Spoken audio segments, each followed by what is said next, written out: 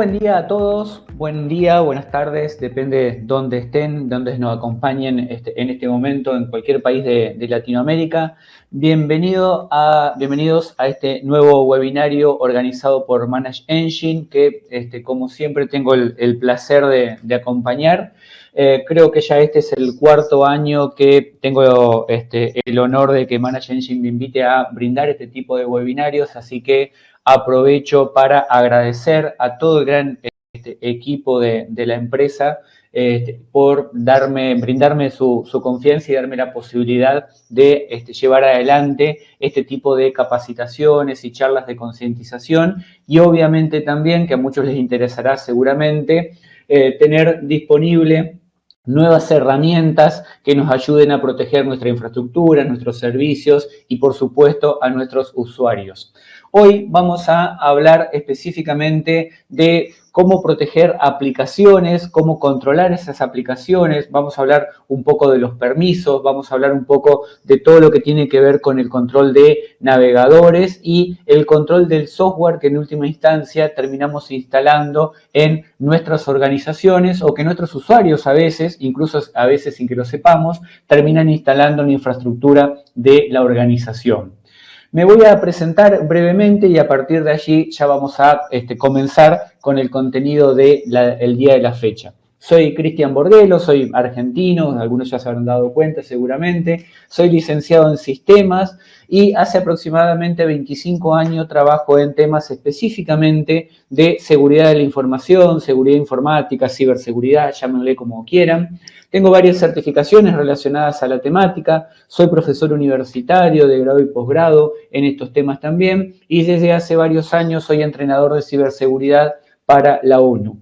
Y finalmente, desde hace también 25 años, soy director y creador de un sitio que se llama segu-info.com.ar, en donde brindamos información gratuita sobre todos los temas de ciberseguridad. Obviamente, está de más decir que están absolutamente todos invitados a ingresar. Cualquier tema que quieran tratar, generalmente allí solemos hablarlo. Así que bueno, vamos a comenzar con el tema del día de la fecha. Básicamente, una de las cosas que siempre mencionamos es que dentro de las organizaciones, dentro de nuestras redes, dentro de nuestra infraestructura, independientemente de que esta infraestructura sea sencilla, en una pyme, por ejemplo, o que tengamos pocos servidores, o que sea una organización extremadamente compleja, que tenga servicios alojados de forma propia o que tenga servicios en la nube, un gran problema que solemos tener las personas que trabajamos en tecnología y en seguridad se refiere al desconocimiento. Y este desconocimiento, como se dice en inglés, se refiere a conocer las 6 W. Why, where, who, etc. ¿Sí? Entonces, algunas de las preguntas que nos podríamos hacer, por ejemplo, relacionado con estas letras, con estas 6 Ws, es cuáles son los problemas ocasionados por amenazas conocidas o desconocidas, porque hay un montón de amenazas que seguramente pueden afectar nuestra infraestructura y que quizás no las conocemos. Luego podemos preguntar quién tiene acceso a dispositivos o aplicaciones sensibles, el famoso tema, por ejemplo, que lo vamos a hablar más adelante, de los permisos administrativos. De hecho, antes de comenzar la reunión, estábamos hablando con un cliente, le preguntábamos cuántos administradores hay dentro de la organización y me dice, y debe haber unos 10, 12. No es normal que haya 10 administradores dentro, en realidad sí, es normal que haya 10 administradores dentro de una organización, pero no debería ser lo normal. ¿Por qué acceden esas personas? ¿A qué hora se ingresa? Por ejemplo, un tema muy común cuando se habla de afectación de programas dañinos, como puede ser el ransomware. Generalmente los grupos delictivos aprovechan horarios de la madrugada o fines de semana o fines de semana largos para infectar a la organización. ¿Por qué alguien debería estar logueándose a las 4 de la mañana? ¿Es normal o no es normal? ¿Se puede o no se puede? ¿Qué usuarios deberían hacerlo? ¿Qué actividades realiza ese usuario? ¿Qué aplicaciones debería y podría ejecutar un usuario? Por ejemplo, un usuario común.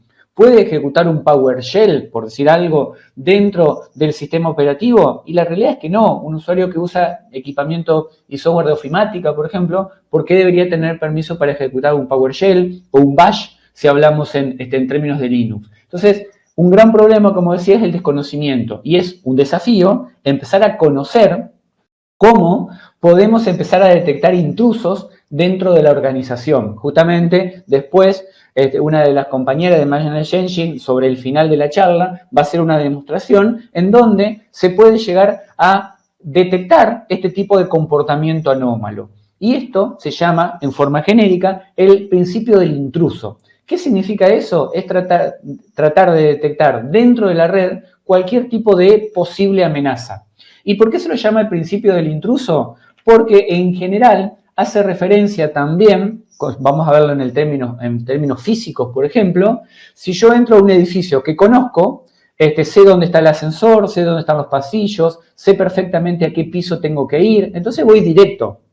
En cambio, si no conozco el edificio, probablemente empiece a mirar, ver qué escalera tengo que tomar, qué ascensor tengo que tomar, qué piso tengo que marcar, a qué puerta tengo que ingresar, si necesito o no necesito una tarjeta de acceso. Entonces, si yo a esa persona la enfoco en una cámara, probablemente me dé cuenta que hay algo raro con esa persona. Su comportamiento no es normal. Es el posible comportamiento o de un visitante o de un intruso.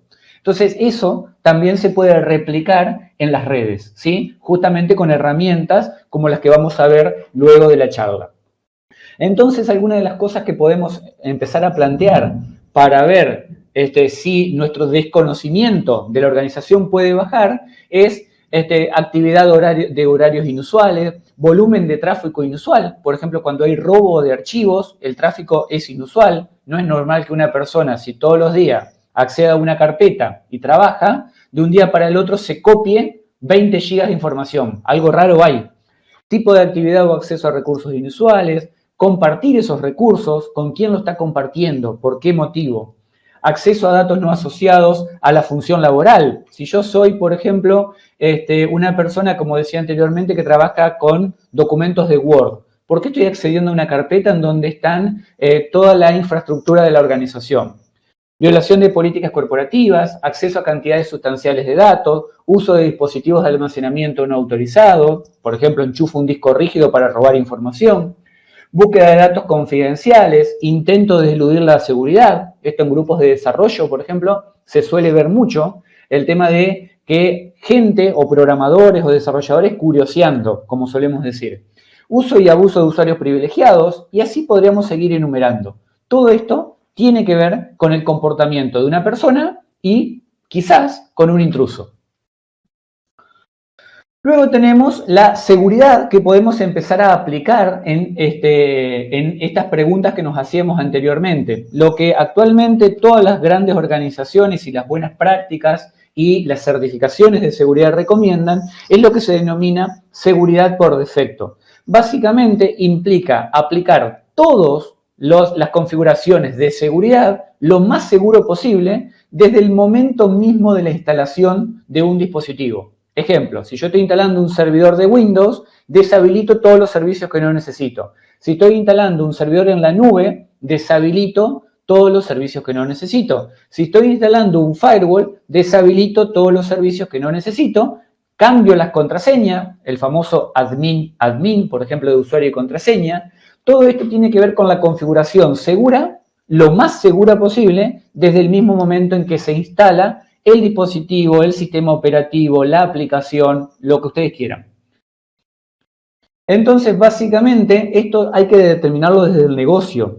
Muchas veces TI pretende hacerlo, pero si TI no tiene los permisos necesarios, los permisos me refiero a la espalda, a decir el respaldo del negocio para hablar con propiedad, muchas veces no lo va a poder llevar adelante. Entonces necesita el respaldo del negocio, las gerencias, la dirección, los que toman decisiones, para en conjunto hacer un análisis de riesgo, es decir, esta aplicación, este servidor, esta infraestructura en la nube tiene cierto nivel de riesgo. Por lo tanto, lo tengo que configurar de una manera adecuada.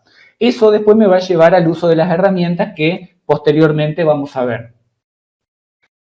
Justamente también la seguridad por defecto hace referencia a lo que se conoce como menor privilegio, es decir, darle a las personas, a la infraestructura, a los servidores, el menor privilegio posible. solamente lo necesario que necesite para trabajar. Esto deben estar cansados de escucharlo seguramente todos ustedes, pero la realidad es que llevarlo a la práctica después tiene cierto nivel de complejidad. También hablamos de defensa en profundidad, algo que actualmente la mayoría de las organizaciones con las que nos toca trabajar lo implementa muy mal o no lo implementa. ¿A qué se refiere? Básicamente a que no tenemos que confiar en una sola herramienta como si fuera una bala de plata, es decir, que me va a solucionar todos los problemas. Un ejemplo, como les decía al principio, yo hace 25 años que trabajo en esto. La pregunta que me han hecho históricamente, todos, desde profesionales a usuarios finales, es ¿qué antivirus usás? ¿Sí? Es anecdótico eso, no importa. ¿Por qué? Porque el antivirus no me va a ayudar para protegerme de todos los ataques que hay. O un SIEM solo, ¿sirve para algo? Sí, obviamente que sirve, pero no me va a proteger de todas las amenazas. O un SIEM, por ejemplo, no responde en tiempo real. Tendría que utilizar otra herramienta. Un firewall, ¿ayuda para proteger amenazas externas? Sí. ¿Las evita a todas? Obviamente que no. Entonces lo que tenemos que hablar es de un conjunto de protecciones, de ahí viene la defensa en profundidad, para mitigar la gran cantidad de ataques, fallos y vulnerabilidades que hoy existen. Si ustedes hoy están confiando en una sola herramienta, como la bala de plata que decía anteriormente, tenemos un error de concepto. Hay que apuntar a muchas herramientas que ayuden a mitigar cada uno de los tipos de ataques que existen. Y eso, lo que hacen estas herramientas y la defensa en profundidad, es achicar justamente la superficie de ataque. Cuanto menos superficie de ataque tenga, es decir, menos posibilidad le estoy dando al delincuente. Es como decir, tengo una casa con una sola puerta. En todas las medidas de seguridad la pongo en esa puerta, la puedo proteger bien. Mi superficie de ataque es pequeña, una sola puerta. Pero si tengo una casa con 50 puertas, tengo 50 puntos de entrada distintos. Por lo tanto, mi cantidad de protecciones tiene que ser mayor porque mi superficie de ataque es mayor. Y finalmente, evitar los cambios riesgosos. ¿Sí? ¿Qué significa esto? De no hacer cambios porque sí, sin saber cómo van a afectar al sistema. El principio del mínimo privilegio, lo que mencionaba recién, acá simplemente como para que le quede, básicamente se trata de limitar a los sujetos y a todos los objetos de la organización a ejecutar solamente las tareas que necesita y trata de limitar la exposición a los ataques. Cuanto menos privilegio tenga un equipo y menos privilegio tenga una persona, más seguro voy a tener la organización y menos va a ser la superficie de ataque. Algunos riesgos entonces que podemos mencionar, yo acá simplemente hice un top 10 de lo más importante que solemos ver cuando analizamos las infraestructuras de las organizaciones de nuestros clientes. Fuga de información, ahora voy a mostrar un caso, infección con malware, instalaciones de permisos de aplicaciones extrañas, también voy a mostrar algunas, aplicaciones que nadie sabe lo que hacen, pero se instalan igual. Falta de bloqueo y cifrado, venta y donación de dispositivos, algo muy común también, robo del dispositivo, decomiso y devolución inapropiada, borrado seguro, que no se hace, incumplimiento legal y regulatorio, y los costos ocultos, es decir, todo esto, los 9 puntos anteriores en realidad, me llevan a tener un montón de costos ocultos que no voy a poder controlar.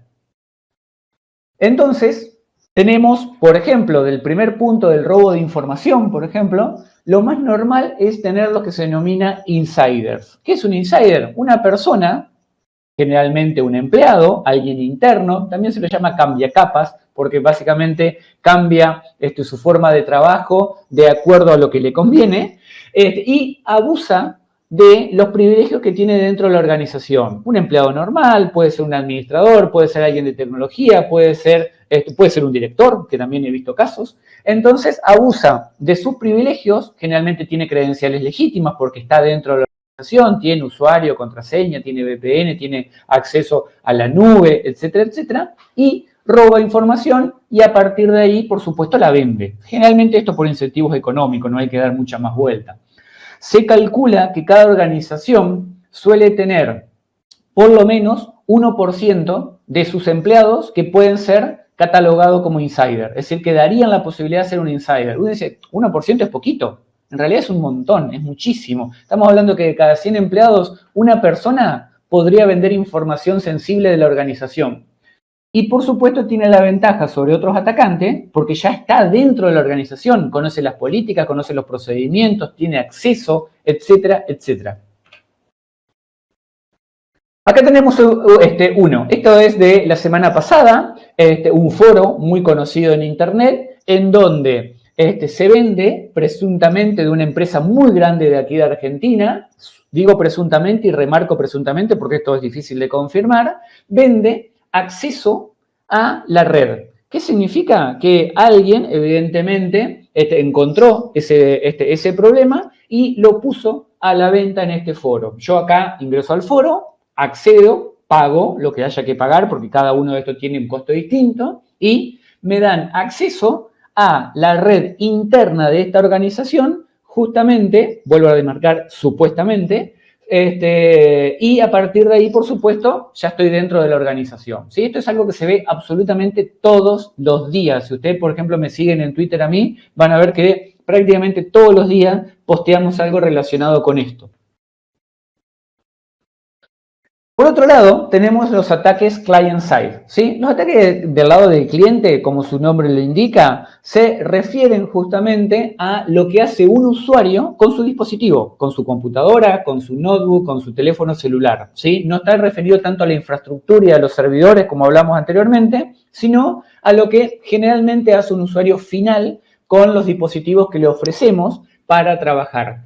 Básicamente se llaman client-side porque el ataque se inicia desde la víctima. ¿Qué significa eso? Que la víctima es engañada de alguna manera. Generalmente hay ataques de ingeniería social. Ahora vamos a ver algunos ataques con el browser, el navegador, etc. A partir de ahí, la persona, por ejemplo, accede a un correo electrónico o accede a un sitio, como vamos a ver dentro de un ratito, hace un clic en algún lugar determinado o accede a algún lugar determinado y a partir de ahí su computadora está infectada, generalmente termina con una infección de malware, y ese punto de apoyo se utiliza desde la máquina infectada del usuario para empezar a propagarse dentro de la red. Por ejemplo, así podría empezar un ataque de malware o de ransomware o incluso de robo de información y de acceso a los servidores de la organización. Estos tipos de ataques son extremadamente difíciles de mitigar porque todas las empresas tienen usuarios. Y todos los usuarios tienen distinto nivel de facilidad, entre comillas, para ser engañados. Por lo tanto, si no están perfectamente capacitados y nosotros no tenemos herramientas de control sobre sus puntos finales, sobre sus computadoras y demás, se hace extremadamente difícil de controlar este tipo de ataques. Por ejemplo, nosotros nuestros clientes, cuando hacemos demostraciones o cuando hacemos análisis, solemos entrar por este lado. Es mucho más fácil entrar por el lado del cliente que intentar atacar una infraestructura, ¿sí? Bien, esto es un poco en broma. ¿Quién habrá visto alguna vez este meme de un usuario utilizando Internet Explorer? ¿Sí? Había instalado una pequeña cantidad de cosas con algunos botones y demás. Este es un meme, por supuesto, pero hay usuarios que lamentablemente lo he visto, no tanto, pero lo he visto que usan su browser con extensiones, con botones, con botoncitos, con páginas web, etcétera, y a ellos les parece normal. Por ejemplo, cuando yo digo, yo navego sin ver ni una sola publicidad. Yo hace 15 años que no veo publicidades en el browser. ¿Por qué? Porque las tengo bloqueadas, ¿sí? Simplemente por eso. A un usuario normal le parece raro. Entonces, nunca es tarde para recordar que en realidad el Internet Explorer murió hace bastante tiempo ya, ¿sí? Esto obviamente evolucionó en Edge y por supuesto también murió, por suerte, Flash y Java del lado del cliente. Habría que desinstalarlo, esa es la realidad. Probablemente alguno de ustedes que sea alguien que venga de infraestructura y demás me diga Java no se puede desinstalar porque lo uso para monitorear o para controlar infraestructura. Es cierto, pero ustedes trabajan en infraestructura y en tecnología. Un usuario final hoy no debería tener Internet Explorer, no debería tener Java, no debería tener Flash. ¿Por qué? Porque esos tres elementos hoy son un colador, hablando mal y pronto, tienen muchísimas vulnerabilidades que son aprovechadas del lado del cliente, por un atacante, por supuesto, para infectar a ese cliente. Entonces tenemos que usar navegadores más o menos modernos. También estarán pensando y dirán, sí, pero la aplicación que yo tengo de mi core dentro de mi negocio funciona solamente con Internet Explorer. Sí, es cierto. Bueno, o solamente me funciona en Windows XP o en Windows 7. Es cierto, por supuesto, no soy ajeno a esa realidad. Pero en ese caso hay formas alternativas de controlar esos equipos, ¿sí? No es que todos los usuarios tienen que tener Internet Explorer, todos los usuarios tienen que acceder a todos los lugares. Hay formas de control que se pueden hacer. Bien.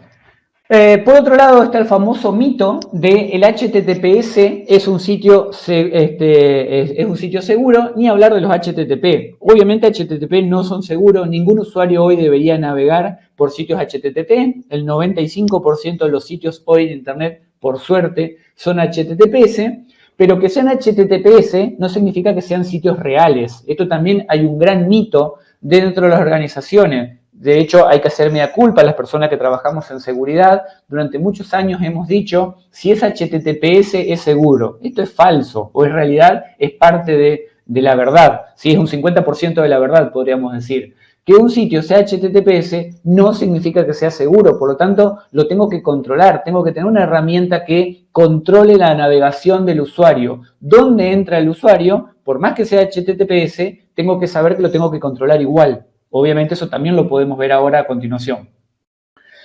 Y a esto, los ataques del lado del cliente, se lo suele denominar el problema del pozo de agua, ¿sí? ¿A qué hace referencia? Básicamente a que todos los usuarios tarde o temprano ingresan a algún sitio. ¿Y por qué se lo llama el pozo de agua? Porque se hace una referencia a la sabana en África, en donde, por ejemplo, una cebra tarde o temprano va a ir a tomar agua a un pozo, ¿sí? ¿Qué va a pasar? Los animales, los depredadores, por ejemplo en este caso un cocodrilo, pero puede ser un león, un tigre, etc., se va a quedar esperando. Va a esperar al borde del pozo de agua, escondido en algún lugar, para que la cebra en este caso venga a tomar agua. Y es el lugar ideal para cazarlos. ¿Por qué? Porque están desprevenidos, porque todos necesitan tomar agua y tarde o temprano van a caer ahí, etc. Acá en los browsers y en los navegadores y en las empresas pasa lo mismo. ¿Cuál es la idea del pozo de agua? De que un atacante va a hacer algo suficientemente interesante hacia el usuario, ingeniería social, lo va a manipular, el usuario va a ir pensando que va a tomar agua, entre comillas, que va a ver algo interesante y el atacante va a aprovechar para infectarlo o aprovechar una vulnerabilidad. Acá lo tenemos a modo de gráfico. Básicamente, el atacante aprovecha una vulnerabilidad para modificar un sitio web confiable, cualquier sitio que a ustedes se le ocurra, y una vez que el sitio esté modificado, generalmente se agrega algún tipo de script o exploit, eso vamos a verlo dentro de un ratito, y se queda esperando, ¿sí? Tarde o temprano, un usuario va a ingresar a ese sitio, ¿sí? Cuantos más ingresen, por supuesto, mayor la ganancia del atacante. Luego, ese sitio va a explotar la vulnerabilidad que justamente se había inyectado primero con el script, y esa vulnerabilidad le va a permitir infectar, ahí en el punto 3, al usuario, ¿sí? En ese momento la computadora del usuario ya está completamente troyanizada y tomada por el atacante, y a partir de ahí, por supuesto, la computadora de la víctima va a empezar a robar datos, ¿sí? Se lo va a poder infectar con ransomware, va a haber un robo de datos y espionaje desde la computadora y desde la organización. Esto es lo que generalmente se llama centro de comando y control, o CIC, lo van a ver mucho, o C2 también, o C2 si lo quieren en inglés. Pero básicamente esto es un ataque de pozo de agua tradicional que se hace muchísimo todo el tiempo en Internet. Y para eso se aprovechan vulnerabilidades como este tipo. Por ejemplo, este es un exploit público de la semana pasada en Chrome, ¿sí? En donde ahí podemos ver el número de vulnerabilidades, etcétera, etcétera. Entonces podremos decir, si nuestros usuarios hoy tienen Chrome, ¿sí? Porque reemplacé el Internet Explorer, como dije antes, y digo, no, voy a aprovechar que Chrome es seguro, como se suele decir. En realidad, toda la semana y todos los meses aparecen vulnerabilidades en todos los programas. Entonces, si nosotros no los parcheamos y ni siquiera sabemos, volviendo al problema inicial del desconocimiento, qué usuarios tienen qué navegador o qué está usando mi usuario, obviamente no voy a poder parchear. Y si no parcheo, eso va a ser aprovechado por el atacante. Este 0day es de la semana pasada, como digo, y la pantalla de al lado, el de 14 de mayo, también es otro foro que vende por $1.700.000, $1.700.000, un supuesto exploit y un bug, zero day, o sea que no es conocido por el fabricante, en este caso Microsoft, en Outlook, ¿sí?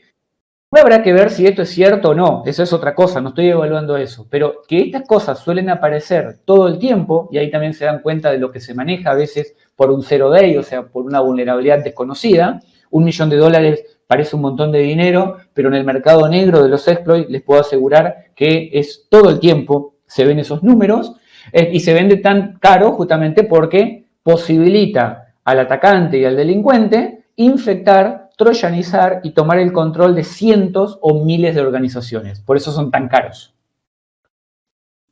Acá tenemos otro exploit que también salió la semana pasada en Foxit, ¿sí? Seguramente muchos de ustedes conocen Adobe Reader, ¿sí? Adobe Reader es el lector por defecto que suelen usar la mayoría de las organizaciones para leer PDF. Yo particularmente no lo recomiendo bajo ningún punto de vista y particularmente suelo recomendar Foxit, es decir, desinstalar Adobe Reader de toda la organización e instalar Foxit. ¿Por qué? Porque el concepto de cómo fue pensado Foxit es muchísimo más seguro que Adobe Reader. ¿Cuál es el problema? Justamente también para decir lo que decíamos antes, acá no hay solución mágica y no hay bala de plata. Por eso cuento mi historia que yo suelo recomendar Foxit. Este es un exploit que apareció la semana pasada para Foxit, ¿sí? Y todo el gráfico que ustedes ven, que obviamente acá después alguien quiere detalle, lo podemos ver, básicamente consiste en mandarle un PDF al usuario final, un PDF manipulado, que lo que hace es ejecutar un DOS, un CMD, en este caso funciona en Windows, un CMD y a partir de ahí, como pueden ver en el gráfico anterior, va todo, ejecuta un PowerShell, de ese PowerShell ejecuta un Python, de ese Python después descarga un archivo de internet. Básicamente el objetivo es troyanizar la computadora del usuario de Foxit, ¿sí? Obviamente este bug ya está parcheado, fue reconocido y efectivamente fue parcheado, por eso vuelvo a lo mismo, ¿sí? Tenemos que conocer qué infraestructura, qué servicios, qué aplicaciones tienen nuestros clientes, nuestros usuarios finales. Porque si tienen Adobe, tengo que parchear Adobe. Pero si tienen Foxit, tengo que parchear Foxit. O si capaz que tiene otro, ¿sí? Algunos usuarios, por ejemplo, utilizan directamente el navegador, Firefox o Chrome o cualquier otro, para ver PDFs. ¿Cuál es la mala noticia? Hoy, lo estaba leyendo justamente antes de ingresar, hoy apareció un zero day que permite aprovecharse de una vulnerabilidad en Firefox y en Chrome en el lector de PDF. ¿Qué significa? Que si tengo Adobe, soy vulnerable. Si tengo Foxit, soy vulnerable. Si tengo Firefox y Chrome, soy vulnerable. ¿Qué tengo que hacer? Tengo que saber qué tengo para parchearlo en tiempo y forma. Bien, otra posibilidad también que se aprovechan los pozos de agua y que se aprovechan del lado del cliente es lo que se conoce como malvertising, ¿sí? Mal viene de malware, advertising viene de publicidad justamente, y en este caso lo que se hace es una técnica que se aprovecha mucho para distribuir malware a través de anuncio y publicidad. Volviendo un poquito al meme que veíamos anteriormente en donde un usuario tenía como 200 botoncitos instalados, básicamente sería lo mismo, pero sin tanta parafernalia. En este caso se utilizan las cookies, scripts publicitarios, redirecciones, vulnerabilidades en los browsers, etcétera, para tratar que el usuario de alguna manera ingrese a una publicidad y esa publicidad es la que posteriormente va a realizar una actividad fraudulenta. Sobre todo es monitoreo de datos de lo que hace el usuario en su navegador. Sabemos que gran parte de lo que ocurre hoy en una computadora ocurre en el navegador y a partir de ahí exfiltración, robo de datos, ¿sí? De la organización. Entonces, si el usuario tiene un Outlook, por ejemplo, instalado, o tengo un SharePoint, por ejemplo, o tengo un G Drive, toda esa información va a terminar como información robada desde el lado del atacante. Luego tenemos también las búsquedas, ¿sí? Que también se pueden aprovechar de forma masiva, ¿sí? Acá, por ejemplo, yo la semana pasada busqué el teléfono de Visa en Google, ¿sí? Y me aparecen 3 enlaces patrocinados que, como ustedes pueden ver, ninguno de los 3 tiene que ver con Google, ¿sí? Esto es un enlace patrocinado que un delincuente pagó a Google 20, 25 dólares para que aparezca primero y antes que la página oficial de Visa, ¿sí? Esto también se puede controlar. Yo tengo que controlar el browsing, la navegación del usuario, lo tengo que controlar. Es más, directamente, si me preguntan a mí particularmente, yo recomiendo directamente que los usuarios no usen Google y utilicen buscadores alternativos, ¿sí? No estamos yendo a un extremo, pero actualmente con algunas organizaciones los estamos haciendo. Por otro lado, también aparece en el famoso tema de las extensiones, ¿sí? Obviamente las extensiones de los browsers son sumamente útiles. Todos nosotros las usamos, algunos las usamos queriendo, otros sin querer, pero las terminamos usando. Acá, por ejemplo, estoy dando el ejemplo de una extensión muy conocida, se llama Grammarly. Es una, por las dudas aclaro, Grammarly es una extensión perfectamente válida, legal, pero lo interesante es que si el usuario se instala esta aplicación que funciona con IA y va traduciendo en tiempo real en el correo electrónico, básicamente todo lo que escribe el usuario se envía a los servidores Grammarly. Por lo tanto, y eso funciona también con ChatGPT, y funciona con cualquiera de las otras IA actuales, ¿sí? Entonces yo estoy filtrando información sensible de la organización a una empresa que no conozco. Puede ser una empresa legal, sin ningún problema, pero yo no sé lo que hacen con esa información. Probablemente la terminen vendiendo, ¿sí? Entonces hay que tener el control de la privacidad y de estas extensiones. Entonces, hablando justamente de las extensiones, acá hay algunas estadísticas. 30% de las extensiones usan bibliotecas que tienen vulnerabilidades, 80% ni siquiera tiene una política de privacidad, es decir, no son confiables directamente, no sabemos con quién estamos hablando, puede ser cualquier cosa esa extensión. 77% no tiene ningún tipo de soporte y hay un gran volumen de extensiones maliciosas que justamente lo que hacen es descargar malware, secuestrar cuentas, robar criptomonedas, ahora se ha puesto muy de moda, algún tipo de anuncio intrusivo, robo de información, etcétera, etcétera. De vuelta a lo mismo, si nosotros no tenemos una forma de controlar cómo el usuario utiliza su navegador y su computadora, difícilmente vamos a poder saber qué información nos están robando o de qué manera nos pueden afectar dentro de nuestra organización. Acá yo tomé la semana pasada, cuando estaba preparando la charla, 2 extensiones aleatorias. Una de ChatGPT, que tiene 9.000 usuarios. Como ustedes pueden ver ahí, 9.000 usuarios instalaron la aplicación. Esta extensión es maliciosa, ¿sí? No viene al caso ahora por qué, pero roba información. Supuestamente se hace pasar por ChatGPT, 9.000 personas lo instalaron, pero no hace nada la aplicación, ¿sí? Extremadamente está pensada para robar información del usuario. Y acá tenemos otra, un supuesto descargador de Instagram, ¿sí? Básicamente lo que hace esto es que si yo la instalo a la aplicación, me deja descargar los videos de Instagram. Esto es falso. Hay aplicaciones reales que hacen eso, aclaro por las dudas, pero esta aplicación en particular es falsa, ¿sí? Y fíjense la cantidad de estrellitas que tiene, ¿sí? 50 personas la pusieron con 4 estrellitas y medio o 5 estrellitas, ¿sí? Vuelvo a lo mismo, son aplicaciones fraudulentas, están bloqueadas ya, por eso las muestro, pero estaban activas la semana pasada cuando yo hice las capturas de pantalla.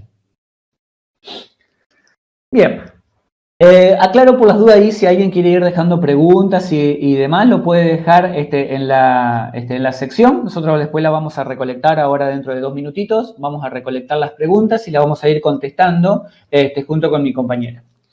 Bien, entonces, básicamente lo que va a ocurrir con todas las cosas que fui comentando recién es un poco este ciclo de ataque. Acá lo que hice fue simplificarlo bastante porque obviamente hay otros elementos que se pueden agregar, pero básicamente yo voy a tener que el atacante, que está ahí en celeste básicamente, lo primero que va a intentar hacer es un reconocimiento de toda la infraestructura, la organización, etcétera, los datos que pueda llegar a robar, ¿sí? Lo que generalmente nosotros denominamos inteligencia, ¿sí? Es decir, hacer justamente un reconocimiento para posteriormente robar información.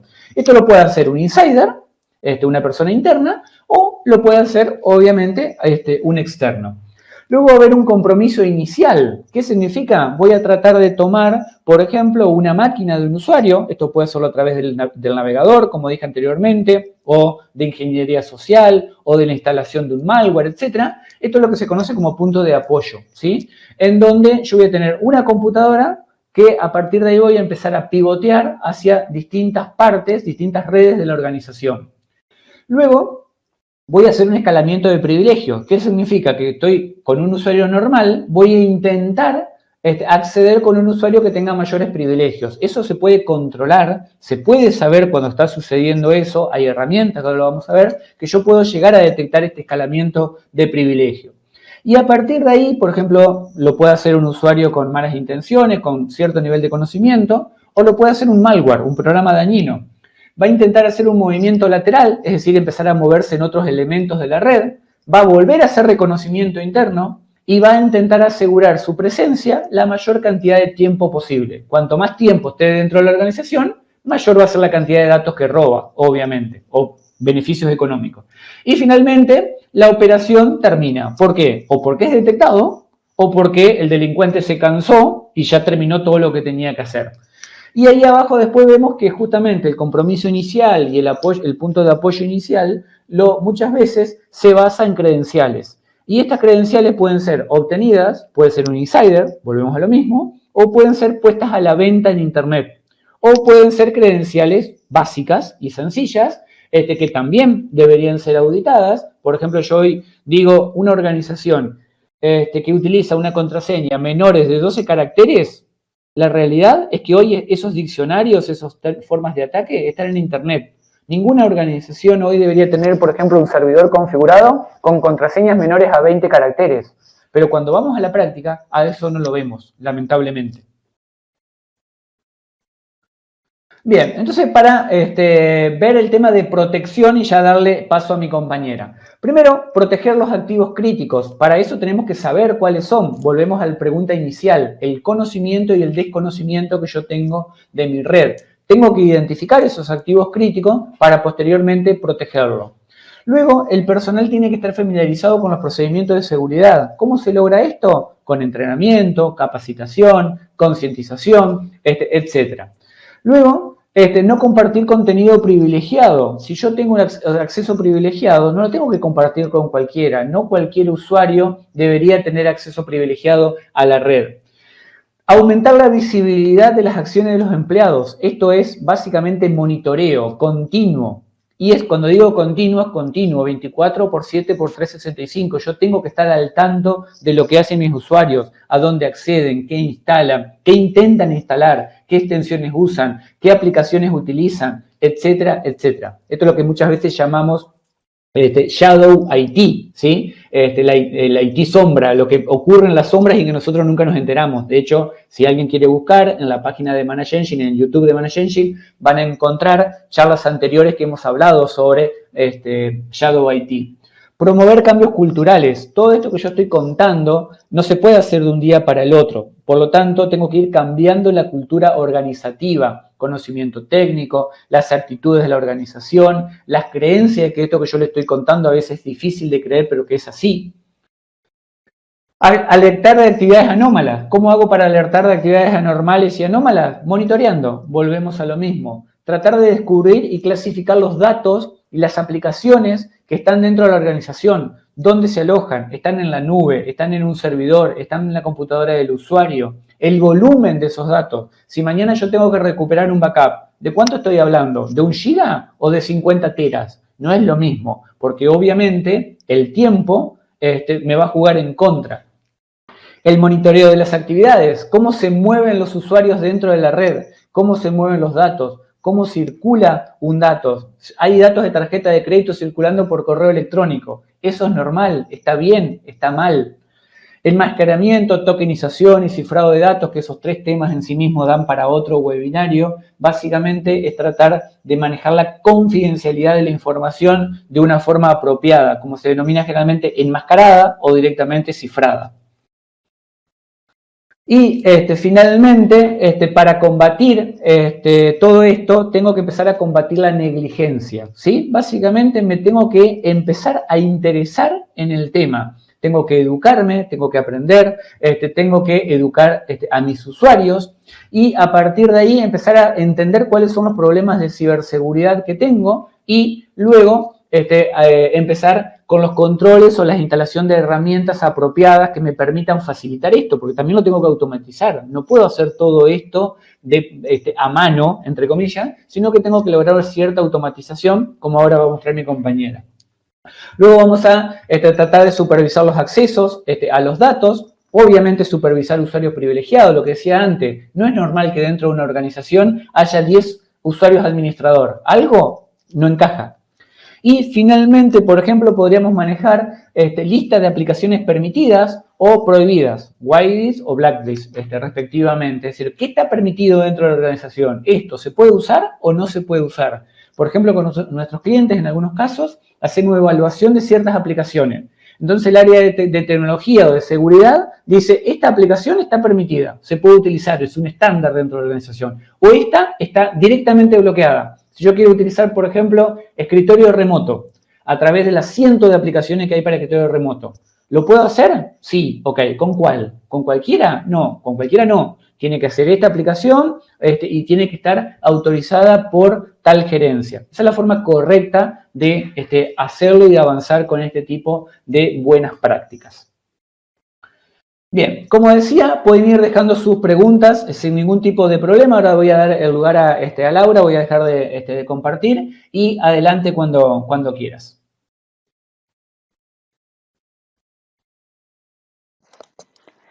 Muchísimas gracias, Cristian. No, súper chévere la presentación que nos das y realmente todo lo que nos comentas es realmente importante.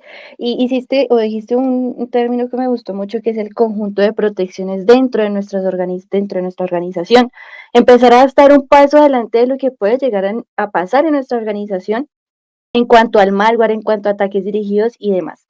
Entonces, en este momento yo les estoy presentando Endpoint Central, que es la solución de gestión de endpoints, y nosotros tenemos un apartado que es de la parte de seguridad.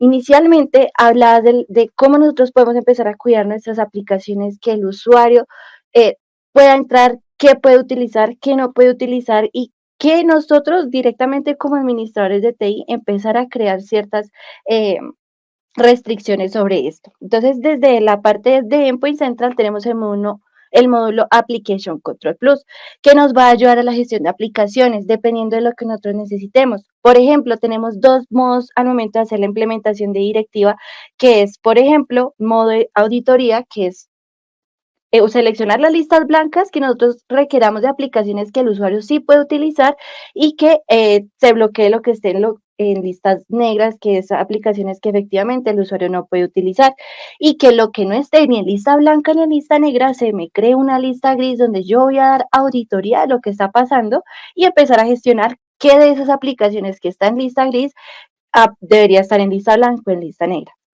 O tengo el modo estricto, donde solamente me va a gestionar lo que esté en lista blanca. Todo lo que no esté en lista blanca se va a bloquear en toda nuestra organización. Y así es donde yo voy a empezar a gestionar todo lo que esté pasando. Entonces, al momento de eso, ¿cómo va a funcionar? Aquí yo tengo un laboratorio, al momento en que yo cree una lista, un modo auditoría, no, que todo va a funcionar y que lo que no esté dentro de esas listas, pues va a llegar a una lista gris. Yo bloqueé en este caso Netflix, WhatsApp y Spotify, ya que son aplicaciones que para mi organización pueden representar un riesgo, pueden representar ocio o falta de producción en mi organización. Entonces, al momento de que yo logre entrar o quiera entrar a una aplicación de estas, me va a decir que efectivamente está bloqueada por el Application Control. Y así es como nosotros vamos a empezar a gestionar todo ese tipo de cosas.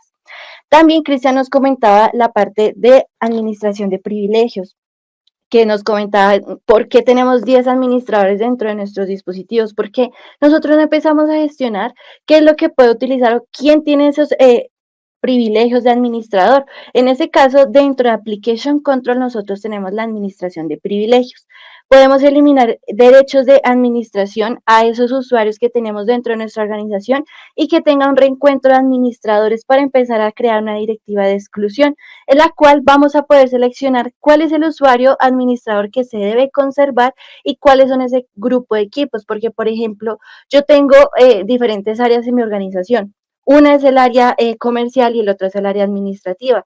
El área administrativa no requiere tantos permisos y tantas restricciones. En ese caso vamos a poder seleccionar grupos o ciertos dispositivos o en ese caso ciertas áreas que tengan esta directiva de exclusión.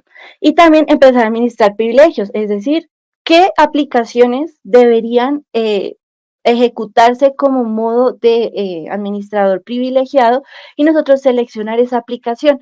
Al momento que hagamos eso, lo que va a pasar es que los usuarios que tengan implementada esta directiva en administración de privilegios solamente van a poder hacer o el uso de esa aplicación o las aplicaciones determinadas que nosotros elijamos acá con derechos de administrador privilegiado. Entonces nosotros vamos a empezar a gestionar diferentes directivas, diferentes políticas hacia la necesidad que nosotros tengamos como organización. ¿Listo? Esto en cuanto al control de aplicaciones que nosotros podemos tener en nuestra organización. Pero también Cristian nos comentaba mucho acerca del browser security, empezar a gestionar todos nuestros browsers, qué el usuario puede implementar, qué no puede utilizar en cuanto a las extensiones que tienen los navegadores, por ejemplo. Listo, entonces hacia esa parte nosotros tenemos diferentes directivas, en este caso dentro de Endpoint Central el add-on es llamado Browser Security Plus, donde nosotros vamos a empezar a gestionar todos los navegadores de nuestra organización con el fin de tener esas necesidades claras hacia lo que nosotros tenemos. Inicialmente tenemos la administración de complementos, que era lo que Cristian nos comentaba. Hay muchos análisis, muchas encuestas que nos comentan que entre más extensiones tenga el usuario, pues más riesgo tiene la organización, ¿listo? Como Cristian nos comentaba, pueden tener ciertas acciones que el usuario o que la organización como tal que cree esa extensión puede capturar nuestros datos. En este caso, nosotros podemos crear directivas hacia complementos o hacia los add-ons y empezar a gestionarlos hacia ciertos navegadores que vemos aquí. Google Chrome, Internet Explorer, Mozilla Firefox, Edge, Chromium o todos los navegadores que estén basados en Chromium. Vamos a empezar a gestionarle esto. ¿Qué podemos hacer? Permitir al usuario instalar extensiones. Sí, no queremos permitirlo. Que las extensiones, en ese caso, las podamos bloquear en ese caso o no. Extensiones existentes instaladas por el usuario, las queremos deshabilitar, las queremos mantener para que siga usándolas, qué es lo que queremos hacer y crear un mensaje de permiso nativo. Vamos a poderlo permitir o bloquear dependiendo de lo que nosotros necesitemos y anclar extensiones. Para nosotros, ¿qué puede ser? Que dentro de nuestra organización tenemos ciertas extensiones que son efectivamente confiables, que son de uso en nuestra organización. Entonces, con el fin de realizar eso, vamos a poder anclar extensiones que son las que son permitidas de nuestra organización por el equipo de soporte de TI al usuario final. Entonces nosotros podemos anclar esas extensiones que para nosotros pueden ser necesarias o pueden ser seguras. ¿Listo? Entonces, al momento de mostrar ese apartado directamente en un equipo cliente, ¿cómo lo vamos a ver? Inicialmente, en la parte de extensiones en Google Chrome, la vamos a abrir en Google Chrome, vamos a añadir cualquiera de estas extensiones que vemos aquí. Al momento de entrar a esa extensión y al momento de darle a añadir la extensión, nos va a decir, ok, efectivamente quieres instalarla, yo lo quiero añadir a mi website, pero al momento de seleccionar esto, va a quedar cargando y nos va a decir, hubo una interrupción en la descarga de esa extensión, no lo vamos a poder realizar. Entonces, aquí es donde nosotros vamos a empezar a gestionar todas las extensiones que hayan en nuestra organización y estar un paso adelante, es decir, como lo decía Cristian, un conjunto de protecciones. ¿Listo? Pero esto hacia las extensiones, pero ¿cómo vamos a poder prevenir el malware? Que nosotros o como usuario final no puedan instalar diferente, no sé, contenido malicioso, que no tenga deliberadamente opciones para poder descargar ciertos archivos, ciertos documentos o ciertas .exe que nos puede generar un riesgo. Desde Browser Security Plus nosotros podemos empezar a gestionar eso al momento de prevención de fuga de datos. Cuando nosotros creamos una directiva de prevención de fuga de datos, nosotros vamos a poder realizar ciertas restricciones hacia la descarga de esos archivos. Tanto al guardar el historial, al poder restringir o permitir cargas de archivos en las páginas web, realizar capturas de pantalla. Y en cuanto a prevención de amenazas, al momento de crearlo directamente vamos a poder configurar que las descargas de archivos las podamos deshabilitar o restringir descarga de archivos maliciosos. Entonces, desde aquí lo que va a tomar es que si son archivos que están descargados en páginas que no son seguras o que no son HTTPS, como nos comunicaba Cristian, empezarlos a bloquear porque son directamente archivos maliciosos de páginas que no son directamente confiables o simplemente no configurarlo. Entonces, al momento de realizar esta directiva en el endpoint final, ¿qué vamos a poder tener? Aquí tengo una página de Endpoint Central y yo lo que hice fue bloquear que no pueda descargar ningún tipo de archivo en ninguno de los navegadores. Al momento de querer descargarlo, me va a decir, usted no tiene derechos para poder hacer la descarga de este archivo porque su organización bloqueó esta acción. Entonces, eso es lo que vamos a poder gestionar, que nuestros usuarios finales no tengan deliberadamente el uso o la forma de descargar archivos directamente en nuestra organización y prevenir el malware que traigan a nuestros endpoints. ¿Listo? Otra cosa también que nos comentaba Cristian era la parte de bloqueo de información, o bueno, en este caso, cuidar nuestra información confidencial. ¿Sí? En este caso, dentro de Endpoint Central, tenemos un addon llamado Endpoint DLP, donde nosotros vamos a poder crear diferentes directivas de implementación hacia esos archivos que nosotros consideramos netamente confidenciales. ¿Listo? Entonces nosotros vamos a poder crear directivas de implementación hacia lo que nosotros requerimos permitir o restringir a esos archivos que son netamente confidenciales. En este caso, bloquear la captura de pantalla, la carga de esos archivos a ciertos navegadores, en este caso Microsoft, Google Chrome y Firefox, en dispositivos de almacenamiento extraíbles, que tanto esos archivos que son confidenciales no puedan llegar a algún dispositivo extraíble y no nos extraen esa información que es confidencial y es de la organización y es del endpoint. Entonces, desde aquí nosotros vamos a empezar a gestionarlo y directamente cualquier clasificación de datos que nosotros se nos ocurra en cuanto a tarjetas de crédito, en cuanto a correos electrónicos y demás, lo podemos realizar directamente aquí. ¿Cómo se va a ver dentro de un equipo cliente? Por ejemplo, en este caso yo tengo aquí un correo electrónico y quiero enviar un archivo que es marcado confidencial. En este caso, al momento de abrir un archivo confidencial, tengo en el desktop una carpeta llamada archivos y podemos ver que hay ciertos archivos que tienen un símbolo de protección, es decir, están protegidos por el endpoint DLP+. Si nosotros lo elegimos y lo cargamos, lo que nos va a decir es que no va a poder ser cargado porque está protegido por el Data Loss Prevention. Entonces, ¿qué podemos hacer? Reportar de que efectivamente es un archivo eh, que es falso positivo, que sí lo necesito cargar porque es de un objetivo de mi organización, puedo reportar eso para que el usuario, o en este caso el equipo de soporte de TI, empiece a revisar lo que está pasando directamente con ese archivo. ¿Listo? Esto en cuanto a diferentes opciones de seguridad con Endpoint y sus diferentes addons de seguridad. Nosotros también en la parte, cuando hablamos de seguridad, Cristian nos comentaba de las vulnerabilidades. Endpoint Central tiene un módulo llamado Vulnerability Manager Plus, donde vamos a poder tener la observabilidad de todas las vulnerabilidades que hayan en nuestra organización.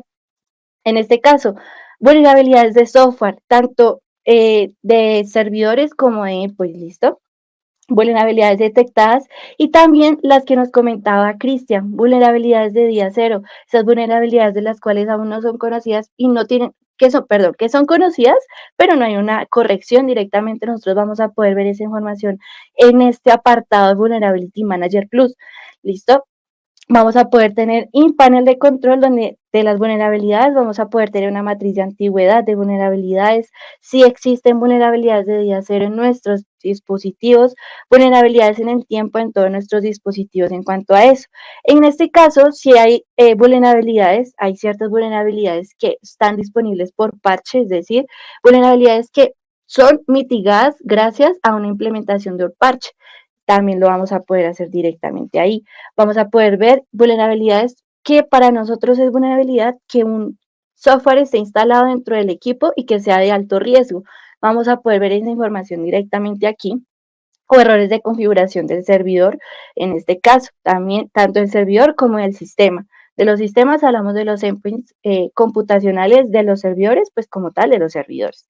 Entonces, un error de configuración que nos puede generar una vulnerabilidad, que la geolocalización esté habilitada. Y vamos a poder ver cuáles son esos sistemas que están siendo afectados directamente por ese error de configuración e implementar cierta configuración hacia esto. Pero recordar que estos errores de configuración normalmente dirigen hacia una configuración de la GPO o hacia el directorio activo. Entonces ya va más al momento de que se haga el inicio de sesión y que tenga la contraseña demasiado no está tan segura como lo podemos ver aquí. esa configuración es un error de configuración de la GPO. Entonces ahí tiene que entrar directamente a revisar qué es lo que está pasando en nuestra GPO y empezar a implementar esas directivas. ¿Listo? Esto en cuanto a Vulnerability Manager. También Cristian nos comentaba hacia la pérdida y cifrado de nuestros dispositivos. Tanto dispositivos móviles que entran las tablets, que entran los celulares, como también entran nuestros dispositivos de cómputo. Por ejemplo, yo doy el ejemplo en la que muchas veces las organizaciones luego de la pandemia pasaron de estar trabajando en una oficina a trabajar work from home o de modo híbrido. Y ahí empiezan a tener la necesidad de cifrar el disco para tener cuidada su información de la organización. ¿Y cómo lo podemos hacer? En Endpoint Central también tenemos un módulo llamado BitLocker, el cual nos va a ayudar a hacer un cifrado del disco con el fin de que nosotros directamente como equipo de soporte solamente podamos tener la llave de recuperación directamente en el Endpoint Central. Solamente nosotros lo vamos a poder recuperar. No lo va a poder realizar, no vamos a poder entrar a esa información del disco porque está totalmente descifrado. Vamos a poder hacer estas directivas tanto para dispositivos que tengan TPM como que no tengan TPM. ¿Listo? Esto en cuanto a dispositivos de cómputo, pero ¿qué pasa con los dispositivos móviles? ¿Qué acciones podemos hacer de seguridad al momento de que se haga la pérdida de un dispositivo móvil? En ese caso, podemos dar un ejemplo. En mi organización todavía trabajan en modo dentro de una LAN, dentro de la organización, y yo no quiero que esos dispositivos que estén dentro de la organización salgan de mi organización, porque el objetivo que los usuarios tienen para cumplir es dentro de la organización y no fuera.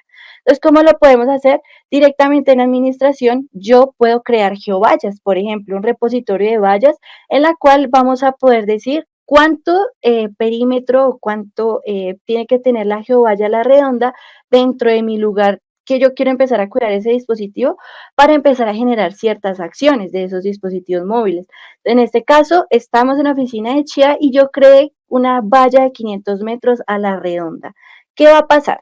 Si yo genero una directiva de geovalla, ¿qué voy a poder realizar? Inicialmente, cualquier dispositivo que no esté dentro, vamos a poder crear tanto que esté dentro como no dentro, va a decirle que no está dentro de la valla Chia, que fue la que acabamos de ver, inmediatamente pueda o notificar a un correo electrónico o generar una acción. Acción como cual configurar el modo perdido. Es decir, el dispositivo va a quedar totalmente en negro y nosotros le vamos a configurar un número de celular y un mensaje personalizable para que el dispositivo quede totalmente sin ser usado hasta poderlo encontrar. Nosotros vamos a poder tener esos dispositivos y tener la geolocalización de manera en la que nosotros podamos tenerla en tiempo real. Al momento de entrar a un dispositivo, vamos a poder mirar la localización geográfica, vamos a poder tener la localización en tiempo real de ese dispositivo y hasta en 30 días, qué es lo que ha pasado y dónde ha estado ese dispositivo y a generar el tracking de todo esto. ¿Listo? Esto en lo que comento es a grandes rasgos lo que podemos empezar a tener seguridad en nuestros endpoints, en lo que podemos empezar a implementar en nuestra organización en base a todo lo que nos comenta Cristian, a todas las problemáticas que están ahorita en el siglo, o bueno, en este caso en la industria 4.0, cada vez vamos creciendo hacia eso y cada vez tenemos más necesidades y Managed Engine, en este caso Endpoint Central, nos da la solución más detallada hacia cada una de estas problemáticas que tengamos. Listo, entonces en este caso le doy el paso a mi compañero Juan Sebastián, que nos va a hacer ciertas preguntas que nos ha hecho el público. Cristian, si te parece. Fantástico, ahí estaba viendo que efectivamente había algunas preguntas, así que Juan, adelante. Sí, claro, ¿cómo están? Pues aquí en el chat tenemos varias preguntas que nos realizan. Vamos a empezar por esta, que nos preguntan lo siguiente. Dice, ¿es posible crear un acceso temporal a esas aplicaciones que han sido bloqueadas? Claro que sí, desde Endpoint Central en Application Control nosotros podemos configurar ese acceso a aplicaciones al momento de que se requiera. Entonces, por ejemplo, el equipo de soporte tiene ciertas aplicaciones bloqueadas, nosotros nos va a mandar el requerimiento y nosotros directamente como equipo de soporte de TI vamos a entrar a darle ese acceso por cierto tiempo, con el fin de que pueda entrar esa aplicación y nosotros tener ese registro de todo lo que esté pasando directamente. Vale, también tenemos por acá lo siguiente, nos preguntan, ¿cuál sería la manera en la que la herramienta permite crear esas listas blancas y listas negras de las aplicaciones?